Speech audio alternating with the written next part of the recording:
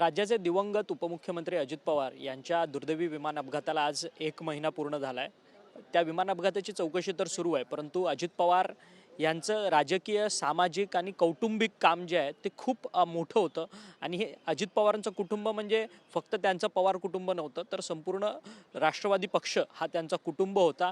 त्याच्या पलीकडे जाऊन देखील अजित पवारांची सगळी नाती होती। या सगळ्या संदर्भात आपल्यासोबत बातचीत करण्याकरता राष्ट्रवादी काँग्रेस पक्षाच्या नेत्या आणि मंत्री आदिती तटकरे आपल्याबरोबर आहेत। ताई, गेल्या अनेक वर्षांपासूनचा तुम्हाला सहवास आहे, अर्थात तुम्हालाच नाही तर तुमच्या वडिलांना देखील अजित पवारांचा खूप मोठा सहवास लाभला। ते दोघे चांगले मित्र होते, नंतर ते नेते, त्याच्यानंतर उत्कृष्ट प्रशासक सुद्धा प्रशासक म्हणून त्यांनी काम केलं। अजित पवार आज हयात नाही आहेत, 1 महिना उलटलाय।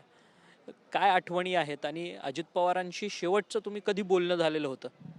असंख्य आठवणी आहेत, दादांबद्दलच्या तर खूप आठवणी आहेत। आणि आज 1 महिना त्यांना जाऊन होत आला, आजही मनाला विश्वास बसत नाही। आजही कुठून तरी असं वाटतं की त्यांचा आवाज ऐकू यावा आणि त्यांनी हाक मारावी। त्यामुळे त्यांच्या सोबत खूप म्हणजे माझ्या वडिलांचे तर राहिले, पण आम्हाला सुद्धा कुटुंब म्हणून अनेकदा त्यांचा सहवास लाभला। पक्षात काम करत असताना सुद्धा माझ्यासारख्या अनेक तरुणांना त्यांनी संधी दिली, त्यांनी घडवलं। त्यांना नेहमी वाटायचं की एक नवीन सक्रिय पिढी लोकसभेत आली पाहिजे, चांगलं प्रशासकीय काम, आणि त्यांनी तिथं आपापल्या मतदारसंघामध्ये ताकदीने काम केलं पाहिजे, नवीन पिढी घडली पाहिजे। ही त्यांची फार एक एक मानसिकता असायची, एक इच्छा असायची। आणि कुठं ना कुठं तरी आज म्हणजे 1 महिना जरी होऊन गेला असेल, तरीही त्यांच्या जाण्याच्या दुःखातून किंवा त्या धक्क्यातून आम्ही अद्यापही काही सावरू शकलेलो नाही। शेवटचं बोलणं कधी झालं तुमचं? माझं शेवटचं बोलणं त्यांच्यासोबत साधारणपणे 23-24 तारखेला झालं होतं। जिल्हा परिषदेच्या निवडणुका सुरू होत्या आणि जिल्हा परिषदेच्या निवडणुका सुरू असताना त्यांनी त्या निवडणुकांच्या संदर्भामध्ये माझ्याकडे ते 5 जानेवारीलाच एका कार्यक्रमासाठी येऊन गेले होते। एका प्रशासकीय इमारतीचं भूमिपूजन त्यांच्या हस्ते होतं आणि तेव्हा आम्ही सोबत होतो। त्यावेळेला महानगरपालिकेच्या निवडणुका चालू होत्या। त्याच्यानंतर या जिल्हा परिषदेच्या निवडणुकींची आचारसंहिता ही सुरू झालेली होती, त्यामुळे त्या संदर्भामध्ये त्यांनी फोन लावला होता मला। त्यानंतर मग अनेकदा ते म्हणजे 26 जानेवारीचं झेंडावंदन असेल, अमुक तमुक, या सगळ्या संदर्भामध्ये फक्त असं मोघम म्हणजे बोलणं त्यावेळेला झालं होतं। दुर्दैवाने 27 तारखेच्या मंत्रिमंडळाच्या बैठकीमध्ये मी नव्हती, कारण माझ्या तिथं जिल्हा परिषदची निवडणूक सुरू असल्यामुळे तिथे एक प्रचारसभा म्हणजे गाव दौरा माझा सुरू होता। त्यामुळे मी 27 तारखेच्या कॅबिनेटच्या मीटिंगला त्यांच्या परवानगी म्हणजे त्यांच्या कार्यालयाला मी त्या पद्धतीनं म्हणजे विनंती केली होती की बाबा मी त्या मंत्रिमंडळाच्या बैठकीला नसणार, तेवढी दादांची आपण परवानगी म्हणजे दादांना त्या संदर्भातली आपण कल्पना द्यावी। मग त्यांच्याकडून ज्या वेळेला हे कळलं की नाही निवडणुकीचा प्रचार सुरू आहे, त्या मंत्रिमंडळामध्ये माझ्या विभागाशी काही निगडीत तसे विषय नव्हते आणि माझा प्रचार दौरा चालू असल्यामुळे त्यावेळेला मी काही येऊ शकली नव्हती। त्याच्यामुळे माझी 27 तारखेला त्यांची भेट काही होऊ शकली नव्हती। आणि तसंही जे त्यांना 27 तारखेला मंत्रिमंडळाच्या बैठकीमध्ये त्यांच्यासोबत होते किंवा नव्हते, कोणाच्याही दुरान्वेही का काही असं हे नाही की बाबा ती त्यांची शेवटची। आज ज्या वेळेला 1 महिन्यानंतर मी त्या गोष्टीचा मागोवा घेते, त्या गोष्टीचा हे करते, त्यावेळेला ते हे येतं की बाबा 27 तारखेला आपण नव्हतो, जेव्हा ते इथं मंत्रिमंडळाच्या मीटिंगला होते। दादांचा विमान अपघातामध्ये सगळा मृत्यू झाला। सातत्यानं वारंवार रोहित पवार असतील किंवा इतर नेते मंडळी असतील, सातत्यानं ते पत्रकार परिषदा घेत आहेत। हा घातपात आहे की अपघात आहे, निव्वळ या सगळ्या संदर्भातले पुरावे समोर आणताना पाहायला मिळतात। तुम्ही स्वतः देखील आता दुसऱ्या टर्मच्या सगळ्या मंत्रिमंडळात मंत्री आहात, दुसऱ्या वेळेसची तुमची आमदारकीची कारकीर्द आहे, तुम्ही देखील अनेक वेळा विमान प्रवास केलेला आहे। खरं तर हा घातपात असू शकतो की अपघात आहे, तुमच्या अनुषंगाने काय वाटतं तुम्हाला? असं आहे, घातपात आहे की अपघात आहे याचं स्पष्टीकरण हे राज्याच्या जनतेसमोर त्यांच्या कुटुंबासमोर, त्यांच्या कार्यकर्ते पदाधिकारी म्हणून आमची सुद्धा तीच मानसिकता आहे आणि संबंध राज्याचा हा अधिकार आहे जाणून घेण्याचा की तो अपघात होता की आणखीन त्याच्यामध्ये काय होतं. तर त्या संदर्भातली चौकशी व्हावी ही आमच्या सगळ्यांचीच भूमिका आहे. मांडण्याच्या पद्धती फक्त सगळ्यांच्या वेगवेगळ्या आहेत, त्याच्या मागची भावना काही वेगळी असण्याचं काही कारण नाही. शेवटी कसं आहे, आम्ही तर राष्ट्रवादी काँग्रेस पक्ष म्हणून आमचा आधारस्तंभ, आमचं नेतृत्व, आम्ही त्या एका व्यक्तीच्या अवतीभोवतीच आमचा सगळा पक्ष होता. आमचं अस्तित्वच दादा, आमच्या राष्ट्रवादी काँग्रेस पक्षाचं अस्तित्वच दादा. त्याच्यामुळे आमची पण त्याबद्दलची काही वेगळी भावना असण्याचं काही कारण नाही. आम्हालाही वाटतं की ह्या जो काही अपघात झाला याची सखोल चौकशी झाली पाहिजे. पहिलं पत्र आदरणीय सुनेत्रा काकींनी उपमुख्यमंत्री झाल्यावर जर कुठलं दिलं तर दादांच्या झालेल्या या अपघाताची CBIच्या माध्यमातून चौकशी व्हावी हे त्यांनी केलं. CBIच्या चौकशीमध्ये सगळ्या जेवढ्या यंत्रणा आहेत त्या सगळ्या यंत्रणा आहेत त्याच्यामध्ये आल्या. केंद्राची जी यंत्रणा आहे या संदर्भाच्या माध्यमातून चौकशी व्हावी असं मुख्यमंत्री फडणवीस साहेबांनी मला वाटते पहिल्या का दुसऱ्याच दिवशी त्या संदर्भातलं त्यांनी मेलद्वारे आणि पत्राद्वारे त्यांनी मागणी केली आणि त्या यंत्रणेमध्ये त्यांना तो अधिकार असतो की जगभरामध्ये ज्या अपघाताच्या संदर्भातल्या किंवा एव्हिएशनच्या संदर्भातल्या ज्या वेगवेगळ्या यंत्रणा आहेत या सगळ्यांची मदत त्यांनी घ्यावी हे त्या यंत्रणेला तो अधिकार असतो. त्याच्यामुळे आमच्या सगळ्यांचं त्या संदर्भामध्ये कुठलंही वेगळं मत किंवा दुमत असण्याचं कारण नाही. फक्त माध्यमं वेगवेगळे आहेत, मागणी करण्याच्या पद्धती या वेगवेगळ्या आहेत. आम्हालाही वाटतं ना की आमचा नेता शेवटी आम्ही गमावला, ज्या नेतृत्वाखाली आम्ही काम करत होतो ती व्यक्तीच आम्ही गमावली, तर आमच्या वेदना कमी. आणि त्याच्याही पलीकडे सुनेत्रा काकींच्या वेदना तर सगळ्यांपेक्षा जास्ती आहेत. ह्याबद्दल तर कोणाचं दुमत असण्याचं कारण नाही.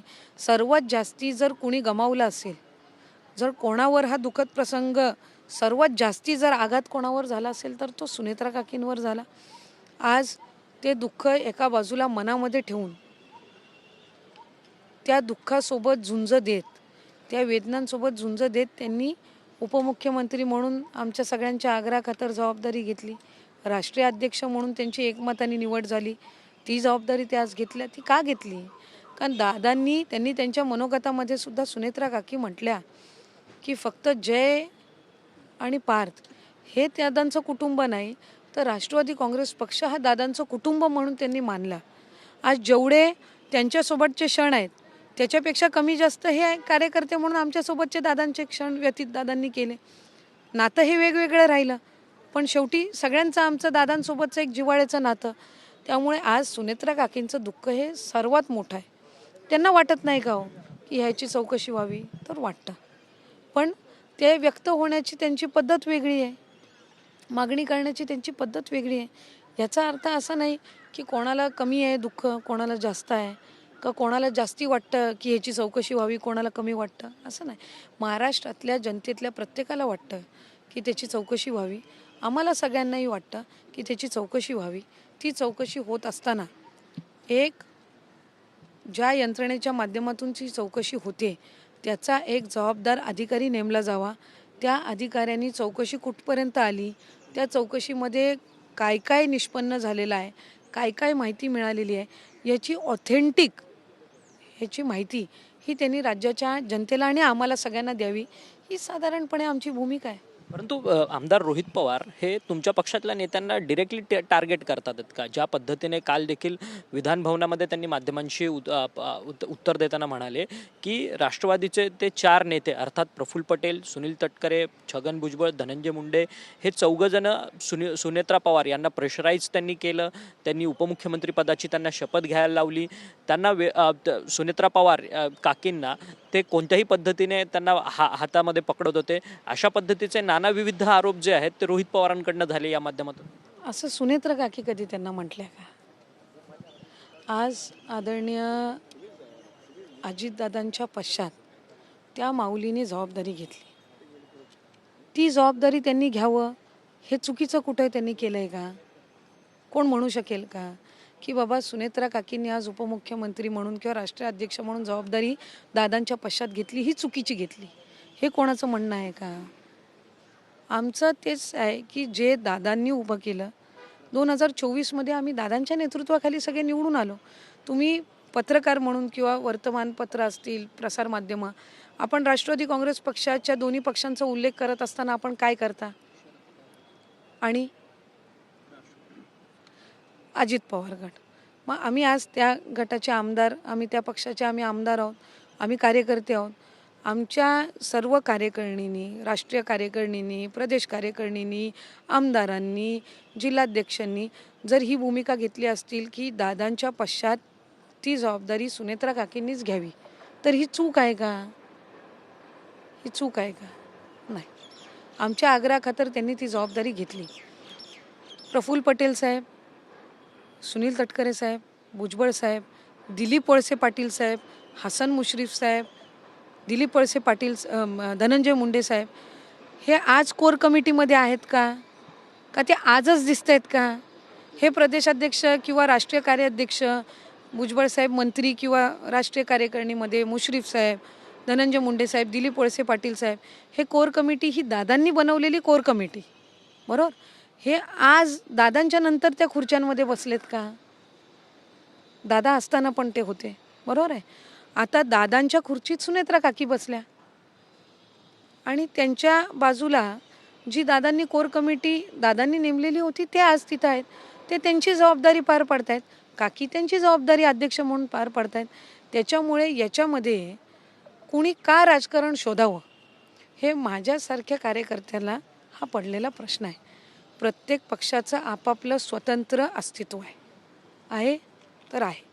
विलिनीकरण हा सगळा भाग हा वेगळा झाला. त्याबद्दल बोलण्याच्यासाठी आदिती तटकरे ही फार छोटी कार्यकर्ता आहे. मी दुसऱ्या टर्मची आमदार आहे.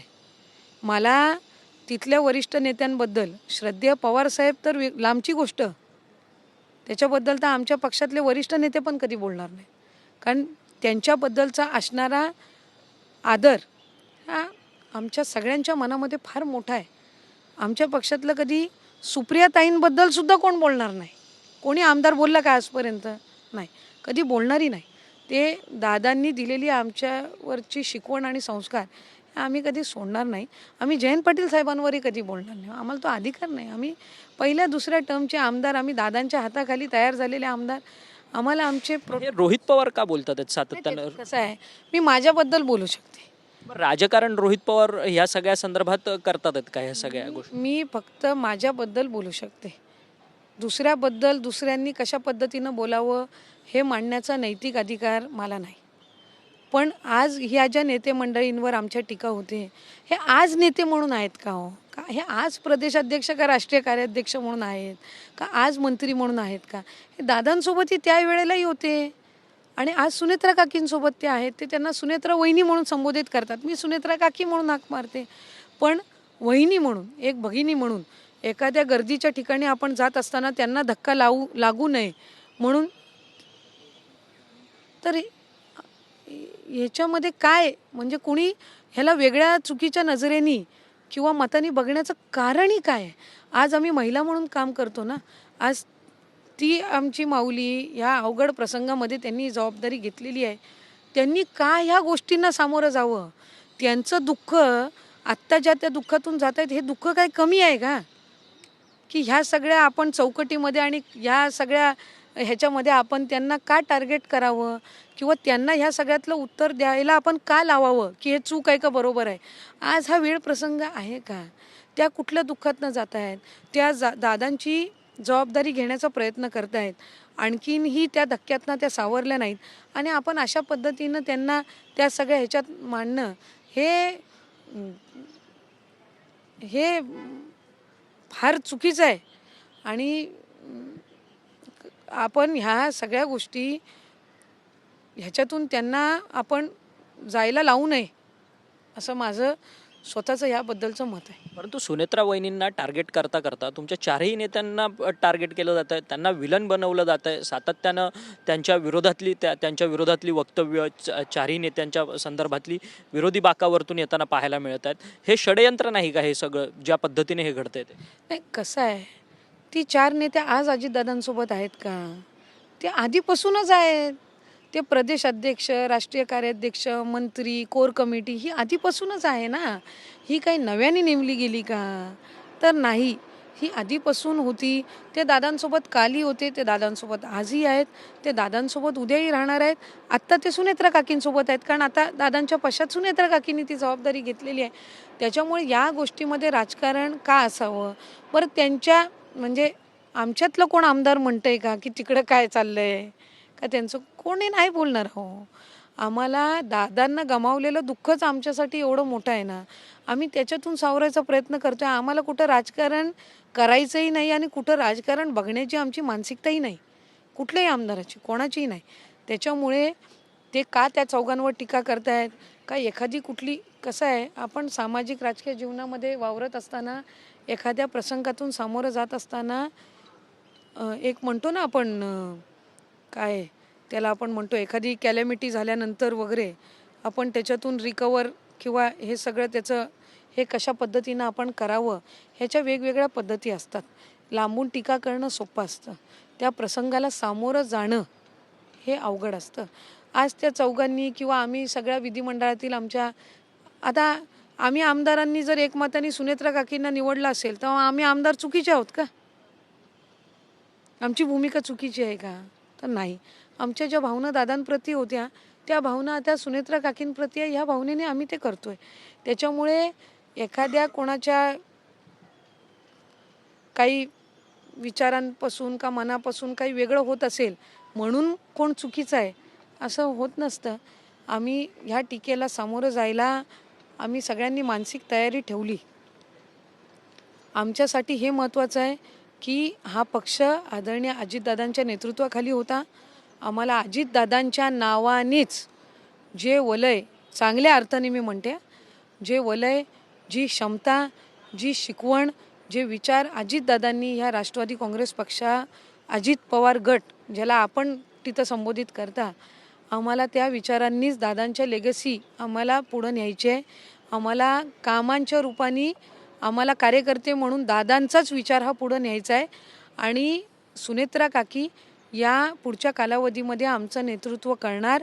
त्यांना आमच्या सगळ्यांच्या बाबतचे सर्वस्वी अधिकार असतील.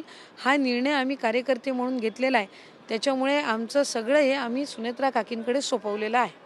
तर धन्यवाद, तुम्ही आमच्याशी बातचीत केली. मंत्री आदिती तटकरे होत्या, त्या म्हणतात की आम्ही उत्तरं देणार नाही आहोत, कामातून आमचं उत्तर मात्र जरूर या सगळ्या संदर्भातलं मिळेल, अशा पद्धतीचं मत जे आहे ते मंत्री आदिती तटकरे यांनी आपल्याशी बोलताना व्यक्त केले. व्हिडिओ जर्नलिस्ट हरीश नेगीसह अक्षय मंकणी, टीव्ही 9 मराठी, मुंबई.